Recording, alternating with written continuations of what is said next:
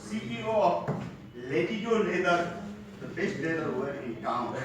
Let's welcome with big round of applause guest speaker Bilal Ahmed sir.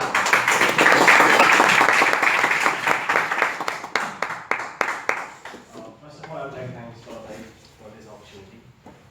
Thank you so much, everybody. I'm so glad to be here. My name is Bilal Ahmed Shah, and I'm 22 years old. And right now, I'm building a business at Latitude Leather. So that told me that I had to talk about effective communication. He told me yesterday. I was thinking about it the entire night, actually.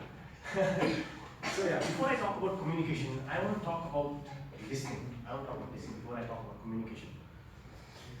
As a kid, I was really very bad at listening. I did not listen to my parents, I did not listen to my teachers, I did not listen to my friends.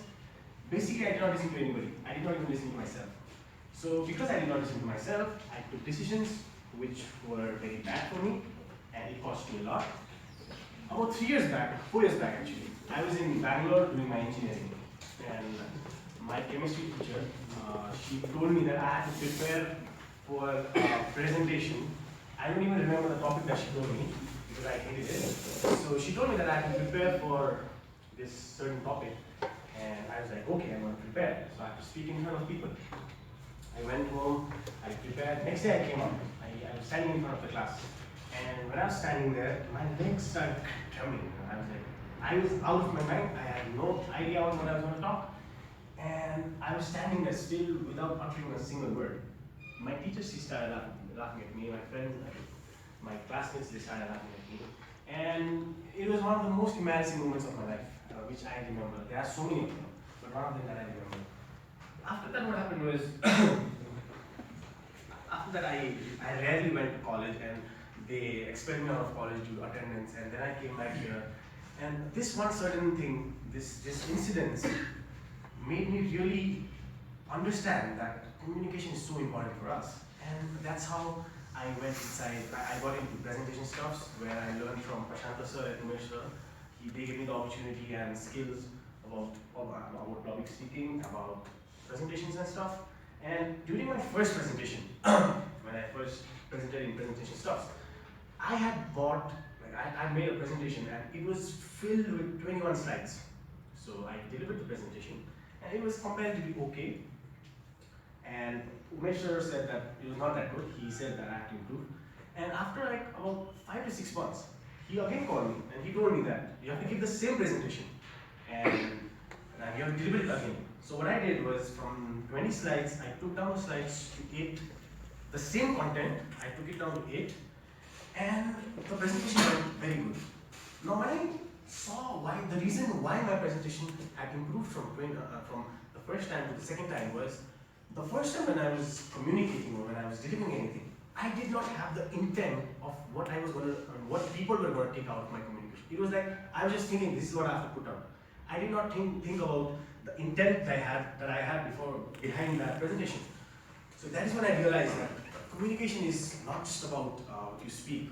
Communication is more about what you listen, and communication is more about the intent that you have. So after that, I was busy into my business, and I thought that when I was building the business, I'll talk to you guys about 2 types of communication that I see. That's my perception. I see that 2 kinds of communication that we all have in our lives.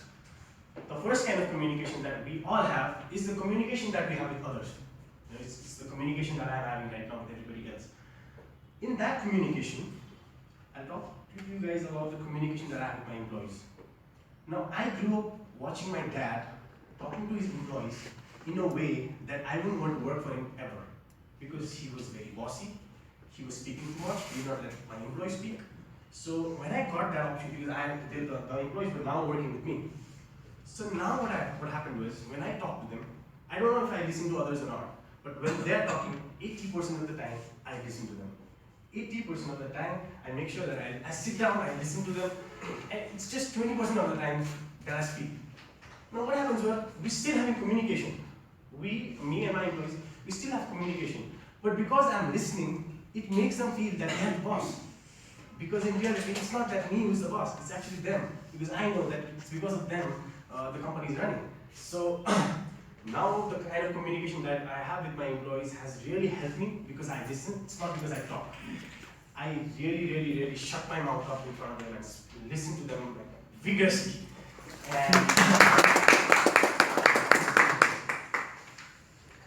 another part where I actually communicate, it's very special for me that Banuji is one of my customers, and I'm so glad to see him here wearing the Latino jacket.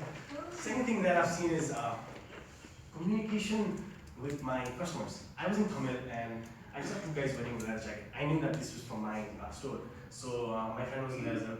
So I went up to them and I started talking to them. I shook hands with them, and this was the time that even with my customers, I listened 80% of the time. But this was the time that I had that 20%. I told them that I'm thankful for them to be coming up to me and buying products from me, and I was really grateful. I said them that I created that leverage and a relationship with my customers. This is first part of the communication that we're talking about. Okay, communication is, people think that communication is how you talk. But the second kind of communication that I want to talk about, and it's the most important communication that you've ever had in your life. This is one communication. I don't know if schools teach you, I don't know if colleges teach you, I've never been there. This is the most important communication that I've realized. It's the communication with that special person of your life. It's that communication with whom you spend your life. It's that communication with whom you're always there. And that communication is with yourself. I mean, right now, this very second, you're just communicating with yourself. Don't tell me that, but inside your mind, you're still communicating with yourself, isn't it? I mean, you're analyzing things, you're talking to yourself, but there you're communicating. Be it subconsciously, be it consciously, be it unconsciously, you're always communicating with yourself. And most of the times, I analyze this thing that people are really bad. They're not that good at communicating with themselves. And when it comes to communicating with yourselves, it's not about talking to yourself. I feel that when you're communicating with yourself, it's again 80% of the times you have to listen to yourself, and 20% of the times you act on it. I think my business itself, Latido itself is it means heartbeat in Spanish. It's a beat. What I've been marketing in Latido itself is following your heart. It's about, you have to listen to yourself. If you can't communicate with yourself, you can never ever communicate with anybody else. I see my life as this way. If you cannot communicate with yourself, you can never ever be a good communicator with anybody else. And you have to be a very good listener, and you have to listen vigorously 80% of the time, be 80%. You have to listen.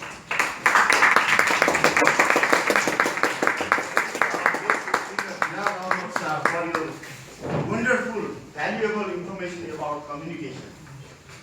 Now, I would like to request all of you, according to the proclamation of our presiding officer,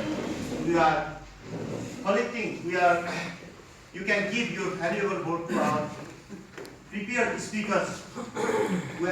Today we have two speakers, Toastmaster Tanka Seling and Madanda Bhatta. You can cast your valuable vote. Now, we are turning into the informal session. Talking about informal session, today our theme is health is wealth.